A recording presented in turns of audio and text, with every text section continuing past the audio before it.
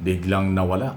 Natahimik yung mga nagpaputok ng balita na meron daw hong gustong pagbabago or pang-aagaw, kudita sa Kongreso. Ang liderato ng speaker na ngayon ay si Speaker D ng Isabela. Yan ang pinaputok nila before. Noong isang linggo, nag-try sila. Pero nang dahil walang suporta, umingay sa media, yung personalidad na nabanggit na posible umanong nasa likod o may kinalaman, biglang nagpalabas ng statement. Wala daw siyang kinalaman. Sabi ni Gloria Macapagal Arroyo, Congressman ng Pampanga, dating Pangulo. Hindi daw siya yon at wala daw siyang plano o wala daw siyang kinalaman diyan sa balitang kudita. Okay? Alam nyo kung bakit po pumutok yan? Kasi nga po dong walang lumabas na TRO o Temporary Restraining Order para ipatigil ang Kongreso sa impeachment ni Sara. Pagkatapos, meron din isang issue dyan na yung grupo ng NUP, yung political party dyan, inapuno, ay dismayado dahil hindi raw nakakarating sa kanila yung tulong o mga project ng kailang mga distrito. Yan yung mga lumabas before na issue. Parang nahihinaan sila sa liderato ni Speaker D. Kaya pinaputok ang plano umanong kudita. Pero dahil walang suporta, kakaunti o mabibilang mo lang pala sa kamay ang Duterte, pro-Duterte congressman, kaya walang nangyari. At hindi naman natakot si Speaker D. Katunayan, nang lumabas ang order ng Supreme Court na walang TRO, pinagkukomento lang sila doon sa petisyon, ang utos niya, tuloy-tuloy ang Justice Committee yan sa hearing na ito. Yun ang nangyari.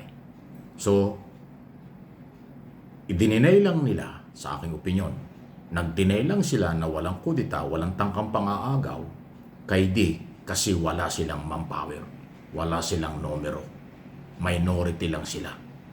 Parang nabalitaan ko, wala pang 30 congressman yung pwedeng makuha ng gustong mang-agaw ng kapangyarihan sa Kongreso. Ay 300 plus ang congressman, so walang numero. Kaya ang ginawa nila, posibleng yan na lang. Nag-deny na lang, kunwari walang plano, kunwari walang ganyan, kasi nga walang numero. Kasi kung may numero yan, walang magdi-deny. Magte-take over talaga yan.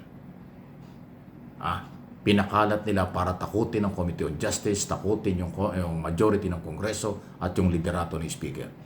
Kasi kung di ako nagkakamali, sa Mayo pa magre-resume ang Congress at ang Senado. Pero yung mga komite pwede magtrabaho. So wala silang numero. Kaya hanggang denial na lang. Ayun. Okay? Anong inyong masasabi dyan? Samantala, nako, eto naman. Paano kaya ito? Ngayon po ay bayaran na kasi ng income tax, ITR. Ano kaya? Sana maging magandang koleksyon ng BIR. Kasi pag hindi, apektado ang budget ng gobyerno. Pero kung dismayado dahil sa issue ng graft and corruption, may mahirap. Alam niyo kung bago dumating itong deadline o itong buwan na ito ng bayaran, March at April, ng buwis, kung naipakulong o kung hindi man lahat, maraming naipakulong ang gobyerno tungkol sa involved sa graft and corruption, lalakas ang loob, hindi madidismaya ang mga Pilipinong magbayad ng buwis. Kahit yung mga artista nagsabi, magbabayad na naman tayo, nanakawin lang naman. Ayan, hindi natin masisi mga ganon. Kasi baka naman, paano ka nga naman magbabayad kung nanakawin lang? Tapos pinagdakawan na nga, hindi pa makulong yung mga magnanakaw o suspect sa nakawan. Yun Kaya kung naipakita ng gobyerno, Office of the President, na marami silang naipakulong, nakasuhan, kahit nasaan, naaresto, lalakas at dadami ang magtitiwala at magbabayad ng tamang buwis. Hindi mahirapang mabitin ang BIR sa koleksyon. Kasi ngayon po ang bayaran ng buwis. Deadline na nga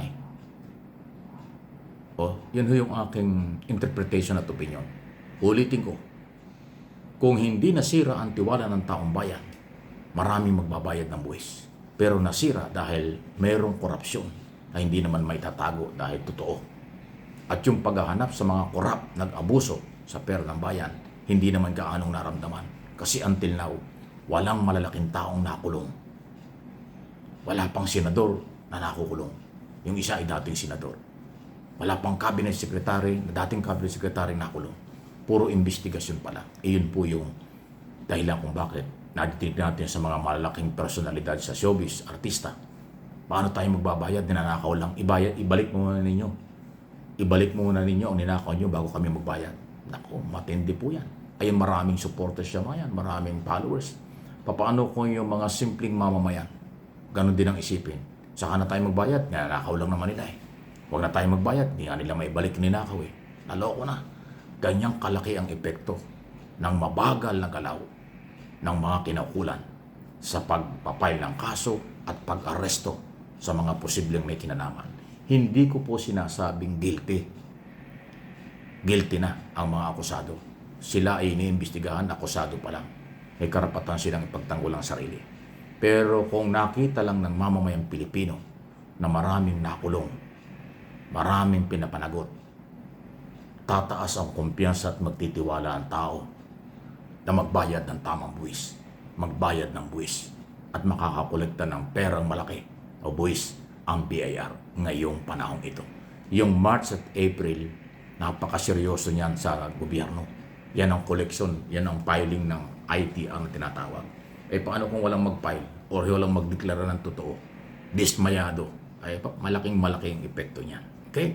Sana huwag gawin ng iba. Kaya lang ho, binabalita lang natin yung positibo at negatibo na epekto ng nangyari sa graft in corruption. Kaya wake up call din ito. Constructive criticism, ipakita sana ng Office of the President, ng buong gobyerno na hulihin na, kasuhan na ang mga dapat kasuhan. Huwag na ninyong patagalin. Ayun. Please like and share, subscribe and follow sa ating mga channel. Issue lang, wala namang personalan. Okay? Diba? Mahalaga ito. Ito pong impeachment laban kay Sara Duterte, mapapabilis ito. Huwag kayong magsawa. Lalabas at lalabas din ang totoo. Naniniwala tayong ang katotohanan ay hindi pwedeng pagtakpan kailanman. Ang katarungan ay dapat po ay pinaglalaban ng lahat. Katarungan ng mga Pilipino dahil silang may-ari ng pera ng Office of the Vice President, okay? At Department of Education. Katarungan din ng kampo ni Sara ay paglaban ng kanyang karapatan sa tamang proseso. Hindi pwede sa tarayan, or kung anumang bagay. May proseso ang lahat. Huwag nating kalimutang mamamayang Pilipino, anuman ang kanilang paniniwala, sila ang complainant, sila ang biktima, sila ang dapat protektado ng mga batas at ng gobyerno dahil sila yung may-ari ng pera, ang ginagamit ng lahat ng nasa pamahalaan, anuman ang inyong posisyon at pampulitikang paniniwala. Yun ang totoo.